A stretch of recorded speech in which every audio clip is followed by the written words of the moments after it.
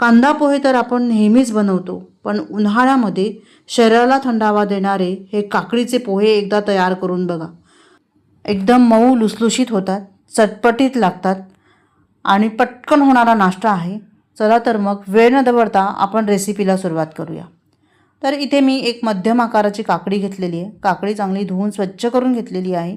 काकडीची दोन्ही टोकं आपल्याला काढून टाकायची आहेत आणि काकडी एकदा चेक करून पाहायची आहे. तर अशी ही हिरवीगार जी काकडी असते ती सहसा कडू निघत नाही, त्यामुळे अशीच काकडी आपल्याला गावठी काकडी घ्यायची आहे. तर इथे काकडीची दोन्ही टोकं काढून टाकलेली आहेत आणि आता सालासकटच मी ह्याला किसून घेणार आहे. तर त्या अगोदर काकडी मी चेक करून घेतलेली आहे. काकडी बऱ्याच वेळा कडू निघते, त्यामुळे व्यवस्थित चेक करून घ्या. काकडी किसून झालेली आहे. ही काकडी आपण बाजूला ठेवून देऊया. 1 कप इकडे पोहे घेतलेले आहेत. हे पोहे कांदा पोहे बनवण्यासाठी जे पोहे वापरतो तेच पोहे आहेत, जाड पोहे आहेत. आता हे पोहे एका चाळणीमध्येच आपल्याला हे धुवून घ्यायचे आहे. भरपूर पाणी घालून चांगलं स्वच्छ हे धुवून घ्यायचे आहेत. पोहे असे चाळणीमध्ये आपण धुतल्याने त्यामध्ये पाणी राहत नाही, सगळं पाणी निघून जातं. आता हे बघा, हे मी धुवून घेतलेले आहेत. आता 5 मिनटं ह्या चाळणीमध्येच आपल्याला हे पोहे असेच ठेवून द्यायचे आहेत, म्हणजे ते चांगले मऊसूत तयार होतील.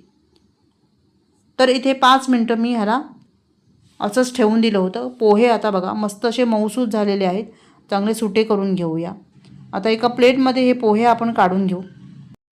तर या रेसिपी करता आपल्याला पोहे जे घ्यायचे आहेत ते जाड पोहेच घ्यायचे आहेत, पातळ पोहे घेऊ नका. यानंतर किसलेली जी काकडी आहे ती बरोबर 1 कप झालेली आहे. 1 कप पोह्यांसाठी 1 कप किसलेली काकडी मी घेतलेली आहे. आणि अर्धा कप इथे मी खोवलेला ओला नारळ घेतलेला आहे. यामुळे या नाश्त्याची चव अजून वाढते.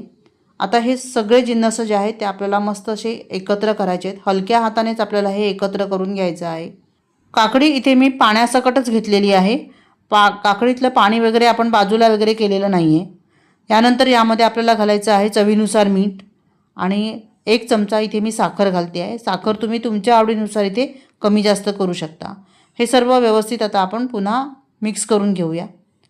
हे तीनही जिन्नस आपण जे मिक्स केलेले आहेत ते मस्त असे शरीराला थंडावा देणारे पदार्थ आहेत. त्यामुळे हा नाश्ता जो आहे तो मस्त उन्हाळ्याकरता खूप छान आहे आणि झटपट तयार होतो. फोडणी तयार करूया. त्याकरता कढईमध्ये 1 पळी तेल घेतलेलं आहे. तेल चांगलं गरम होऊ द्यायचं आहे. यामध्ये आता अर्धा चमचा मोहरी घालायची आहे. मोहरी चांगली तडतडू द्यायची आहे.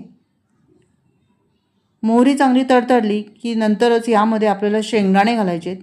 तर शेंगदाणे इथे तुम्ही तुमच्या आवडीनुसार कमी जास्त करू शकता. मी इथे अर्धी वाटी शेंगदाणे घेतलेले आहेत. शेंगदाणे आपल्याला खरपूस असे तळून घ्यायचे आहेत. मस्त असे कुरकुरीत झाले पाहिजेत. त्यामध्येच आता आपल्याला काही दुसरे जिन्नस पण घालायचे. त्यामुळे इथे मी अर्धा चमचा जिरं घेतलेलं आहे. 3 ते 4 हिरव्या मिरच्या घेतलेल्या आहेत, बारीक चिरून घ्यायच्या आहेत. यानंतर 1 चमचा चणा डाळ घेतलेली आहे. अर्धा चमचा इथे उडदाची डाळ घेतलेली आहे. आणि हे सगळं आपल्याला व्यवस्थित मस्त असं तेलामध्ये फ्राय करून घ्यायचं आहे. ह्याचा रंग बदलेपर्यंत आपल्याला ह्याला चांगलं ढवळवत राहायचं आहे. यामध्येच 1 ते 1.5 इंच आलं मी घेतलेलं आहे आणि त्याचे बारीक तुकडे केलेले आहेत.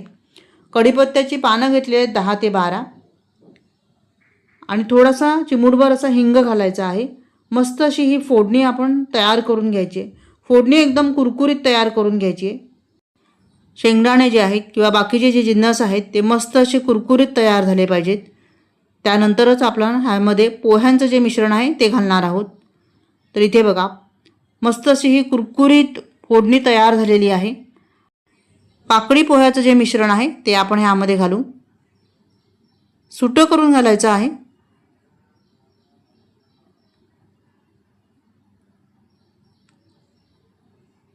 आणि हलक्या हाताने आपल्याला ह्याला मिक्स करून घ्यायचं आहे. गॅसची आच मात्र मंद ठेवायची आहे. बघा अगदी हलक्या हाताने मी ह्याला मिक्स करून घेते आहे, म्हणजे पोहे जे आहेत ते तुटणार नाहीत. आणि 1-2 मिनटं आपल्याला ह्याला चांगलं असं परतून घ्यायचं आहे.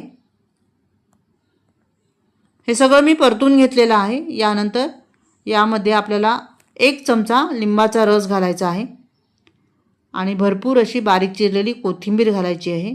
मस्त असे हे मऊसूत पटकन होणारे पोहे तयार होतात.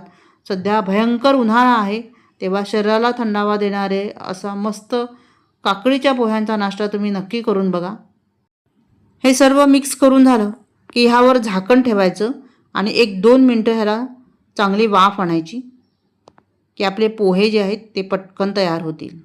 तर इथे बघा 2 मिनटं मी ह्याला वाफ आणलेली आहे आणि मस्त असे हे आपले पोहे तयार झालेले आहेत. मस्त असे चवदार लागतात. यामध्ये शेंगदाण्याचं प्रमाण जे आहे ना ते थोडं जास्तच ठेवायचं, म्हणजे खायला खूप भारी वाटतं, खूप छान टेस्ट येते. तर पोहे बघा मस्त असे तयार झालेले आहेत. चला तर मग आता आपण प्लेटमध्ये ह्याला सर्व करूया.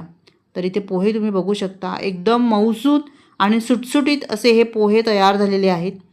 या उन्हाळ्यात हा नाश्ता तुम्ही नक्की तयार करून बघा. रेसिपी आवडली तर लाईक आणि कमेंट करायला मात्र विसरू नका. पुन्हा भेटूया अशाच एका छान नवीन रेसिपीसह. तोपर्यंत धन्यवाद. Bye bye.